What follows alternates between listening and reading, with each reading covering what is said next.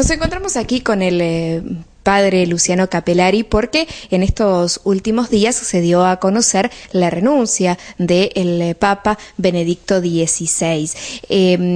Se suele escuchar y comentar mucho a raíz de esta noticia de que fue un acto de grandeza tomar esta decisión, ¿no? Bueno, creo que nosotros, entre las tantas cosas de nuestro tiempo, vamos a ser más que espectadores, admiradores de un gesto, de una decisión, que la última fue en el 1290, más o menos los años, ¿sí? Cuando renunció el Papa famoso, digo famoso Celestino V. Quedó famoso que el primer caso porque el escritor más grande, el poeta más grande que tiene Italia, Dante, en su famoso libro La Divina Commedia, colocó a este santo varón en el infierno, porque, dice él, había renunciado para darle oportunidad, era tiempo de partidos políticos en la Iglesia, al sucesor de él, que se llamaba Bonifacio VIII, que desterró Dante para siempre, porque era de otro partido, lo echó de la ciudad de Florencia, que el tiempo pertenecía todo al Papa, ese territorio. Entonces Dante se vengó colocando este pobre sacerdote, que era un ermitaño, vivía en la montaña. Como había mucha pelea entre los políticos del tiempo para a ver quién colocaban como sucesor del Papa, no se ponían de acuerdo los cardenales, los políticos de aquel tiempo en Roma. Entonces alguien le dijo: mira, en la montaña vive allá un cierto Pedro de Morón, que es un santo varón. Bueno, lo trajeron, él no había visto nada de todo eso. Ni a Roma llegó, no fue ni a Roma, en su ciudad mismo lo eligieron Papa y en L'Aquila. Después de 6 meses más o menos se dio cuenta que ahí no era el lugar de él. Había mucho cosa política. Él no, era un hombre de oración, vivía solo. Entonces primero hábilmente consultó uno y el otro y consiguió hacer un decreto, emanar un decreto en que el Papa podía renunciar, y lo mandó que lo firmasen los cardinales. Después que lo firmaron, renunció. Renunció pensando de volver a su lugar de montaña y pero el sucesor del miedo, de la influencia, lo puso en un castillo, una especie de cárcel, porque tenía miedo que, no, después de unos pocos años murió. Después de este famoso caso, se llamaba Pedro de Morón, después como Papa era Celestino V, San Celestino V, nunca más hubo, bueno, papas echados de prepo, sí. Napoleón mismo se llevó a un papa prisionero a Francia, murió en Francia, no consiguió ni volver a casa. Hubo muchos de esos casos de papas que fueron echados, martirizados, bueno, pero voluntariamente que uno decide renunciar, este es el segundo caso. Y reconocer que ya uno no tiene más fuerzas para cumplir con esta función es de una gran grandeza, ¿no? Sí, sí, no es un acto digamos sí, de omisión o de lavarse las manos, sino que es un acto de grandeza y de humildad muy profunda, porque el indígena nada estaba preparado para esta situación. Él se preparó, por supuesto, y lo anunció ahora el día 11, que era el Día Mundial del Enfermo, y él se coloca entre los que son enfermos. Hoy la mañana, que los miércoles hace siempre la audiencia general de toda la gente, explicó otra vez: mira, mis fuerzas morales y físicas no dan más para un trabajo tan grande, entonces prefiero retirar. Ahora empiezan a crearse muchas discusiones. ¿Cómo se hace? 2 papas? No, claro. El que renunció, renunció. Es como expresidentes acá. Una vez que uno es expresidente, bueno, no manda más nada. Puede dar opiniones de acá para allá, pero no tiene ninguna más posibilidad de decidir, no sé, en el Senado o en la Cámara, no tiene más nada. El problema, dicen ahora los vaticanistas, que son estos periodistas especializados en los asuntos, los vaticanistas dicen: bueno, va a vivir ahí, al lado del otro Papa, porque como en la diócesis, o sea, cuando un obispo renuncia, recibe el título de emérito, como los párrocos también, tienen el derecho de vivir en la misma parroquia o en la misma diócesis. El Papa también tiene el derecho de vivir allí donde fue nombrado. Como es un hombre de estudio, de mucho estudio, de oración, con certeza se va a dedicar a sus libros, sus escritos, etc.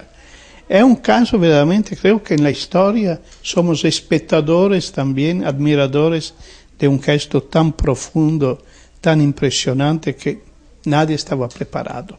Y como no es la muerte, entonces enseguida tendrán que elegir el próximo Papa. Cuando muere lleva un poco más de tiempo para preparar el sepelio, todos los papelerías. Ahora, como esto ya fue más o menos preparado, se calcula que ya antes de la mitad de marzo habría ya el cónclave, como se llama, cónclave, esta reunión de cardenales secretas que se hace en la Capilla Sistina, y se llama cónclave, que significa con llave, porque lo encierran adentro, de verdad. Viven adentro el tiempo, no tienen comunicación con el exterior, no puede entrar a nadie, a no ser ellos solos, y comunican la elección o el fracaso de la elección por el famoso humo. Al quemar las esquedas de votación ponen alguna paja, si no salió es humo negro, si salió es humo blanco. ¿Y quién es el encargado de convocar este cónclave? Bueno, entre los cardenales hay uno que lleva un nombre extraño, Camarlengo, como decir, el primero entre los pares. Entonces el Camarlengo, que es el cardenal que tiene esta responsabilidad, ahora, después del 28, hasta el 28 es Papa él. Del 1 de marzo en adelante, ese cardenal que es Sodano, cardenal Camarlengo, reunirá los cardenales, formará un grupo para, digamos así, la administración simples hasta la elección del otro Papa. Esto es, se llama periodo de sede vacante. Entonces, del 28 hasta la elección, sede vacante. No hay nadie, sede vacante, pero el grupo de cardenales con el Camarlengo para, digamos, las comunicaciones más fáciles, como serán las comunicaciones a todos los cardenales del mundo para que vengan. Hay todas unas normas, voy a calcular que el Vaticano, el Papato tiene 2000 años, así que las normas están hechas mucho tiempo. Y este actual Papa había hecho unas normas que para la elección del Papa ahora precisa 2/3 más 1. Así que sobre 116 que votan, precisa bastante voto, casi 80 votos. ¿Y la votación cómo se realiza? La votación es de las más antiguas. Bueno, los cardenales están reunidos ahí y después de todos los avisos que le dan, cierran las puertas, empiezan a votar. Es una esqueda a donde tiene uno que declarar para que nadie vote en sí mismo. Entonces en la esqueda, yo terminé ahora de votar, nosotros votamos ahora los italianos, sí, por correo, pero la nuestra no precisa declarar el nombre, sino sería violación. No hay que declarar, no hay que firmar, se manda y chao, deciden ellos. Pero en la votación del Papa no, para que nadie vote por sí, entonces está escrito así: yo, cardenal tal, voto como futuro Papa el cardenal tal, la cierra y firma. Firma 2 veces, dentro y fuera. Y las votaciones se realiza una el primer día que se convoca y luego al día siguiente se pueden realizar 2. Generalmente la primera es una votación, digamos así, como siempre, para decir los trámites, cómo se hace. Hay muchos cardenales que también, por problemas de lengua, no es que todos entiendan el latín. Generalmente las cosas del Vaticano, la lengua oficial del Vaticano es el latín. Por eso los periodistas quedaron impresionados porque la declaración que hizo él lo hizo en latín, que es la lengua oficial del Vaticano. No es el italiano, es el latín.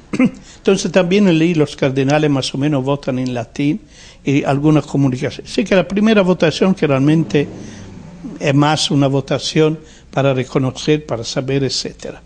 Después, durante el día hay 2 votaciones, una a la mañana y una a la tarde. ¿Y cómo se vota? Bueno, ahí entre ellos pueden hablar, por supuesto. Viven ahí, tienen los departamentitos ahí, todo dentro de ese círculo. Entre ellos pueden hablar. Nosotros no sabemos porque nunca se publicó cuántos votaron y quién no votaron. La gente inventa, los periodistas, pero no hay terminada las votaciones que se declare, bueno, el tal cardenal tuvo 20, el otro tuvo... No, se quema todo. Y en el caso de ustedes que pueden participar de esta votación, ¿cómo les llegó la información en su caso particular? Lo mandan ese camarlengo, ahora va a comunicar a todos los cardenales con menos de 80 años. Los que ya han cumplido 80 años no participan y no pueden ser elegidos como papa. Entonces, el número más o menos, me calculo que hicieron, ¿no? Porque alguno va a cumplir los 80 propio en ese periodo, son 115 o 116 que van a participar. Ahora el camarlengo, ese que administra con su grupo, va a comunicar a cada uno la fecha, el día que tiene que estar todo en Roma para iniciar el cónclave, para iniciar todo esto. Tiene que venir con un secretario que lo acompañe, pero el secretario después no participa nada dentro. Aliás, hay un encargado civil, especie de jefe de la policía que vigila para que no pueden entrar ni micrófono, nada, ni celular, nada. Es aislada completamente la Capilla Sistina. Se sientan en una especie de trono, como era antiguamente los obispos, hay una poltrona y hay un famoso coso arriba, una especie de trono que se usaba antiguamente. Bueno, cuando la elección se realiza, los otros se cierran, queda solo el techito, digamos así, queda solo de aquel que fue elegido. Una norma antigua que había y la conserva. Una vez que se realizó, que declararon que tiene la mayoría, ahí el camarlengo, el decano, el más importante, le va haciendo la pregunta 3 veces, ¿acepta sí o no de ser papa? Y hubo unos cuantos que han dicho no, pero después que dice sí, le pide qué nombre quiere poner, porque hay una tradición también en la iglesia, desde unos cuantos siglos, de cambiar el nombre. Este del cambio del nombre viene de un hecho también histórico, no sé en qué siglo fue, no me acuerdo bien, nel 600, 700, por ahí, no 1600, 600. Uno de los cardenales elegidos tenía un apellido horrible, Boca de Chancho, Osporci, en latín, Osporci, que significa boca de chancho. Entonces dice, ¿cómo voy yo? Se ha elegido papa Boca de Chancho. De ahí empezó la tradición de querer cambiar el nombre, menos asumir, puso unas normas. Todos pueden asumir nombre de santos, etc., menos el nombre de Pedro. Ves que no hay ningún papa, no hay un Pedro II, un Pedro III, no. Por respeto al primero, ese no. Así que después que acepte el cardenal, le hace la pregunta, ¿qué nombre vas a asumir? De ahí avisan afuera que ahora va a dar la primera.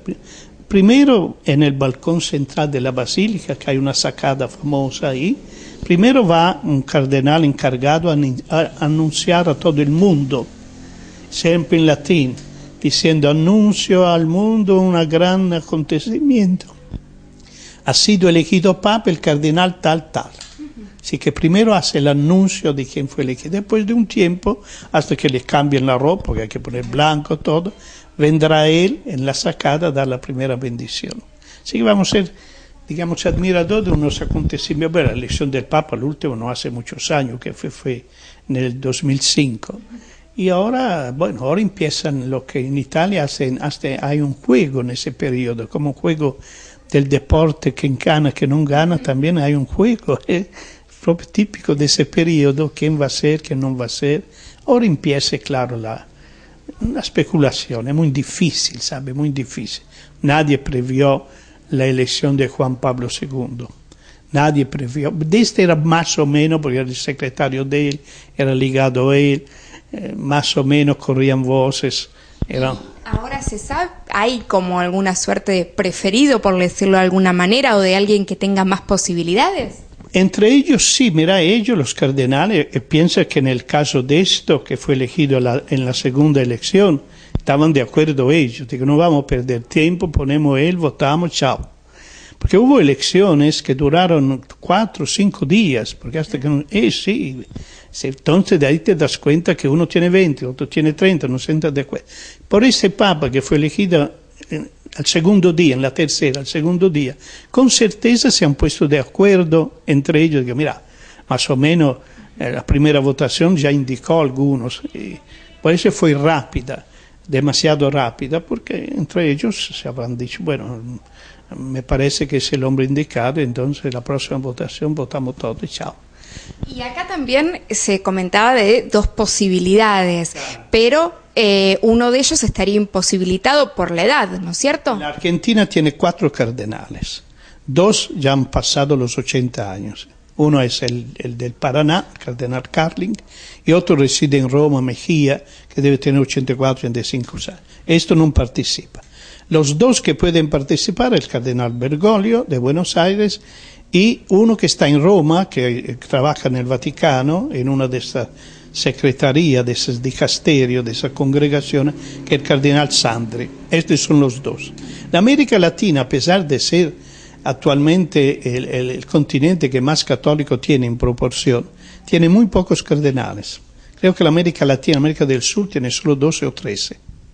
Por eso entonces el número es poco, porque por ejemplo Paraguay no tiene, Uruguay no tiene, esos países chicos no tienen. Son muy pocos cardenales de la América del Sur. Entonces de ahí el peso, sobre 116, más de la mitad son europeos. Son 64, 65 son europeos. Entonces el peso es grande de la Europa, es muy grande. El África tiene menos, América del Norte tiene como casi. Entonces, las 2 Américas darán 20 y 25 cardenales. Bueno, el Asia muy poco. Entonces el peso siempre fue la Europa. Y por muchos siglos siempre fue italiano, no solo fue europeo, porque el número como el Vaticano, que el tiempo de las comunicaciones era mucho más difícil, entonces la mayoría de los cardenales vivían en Europa, vivían en Roma.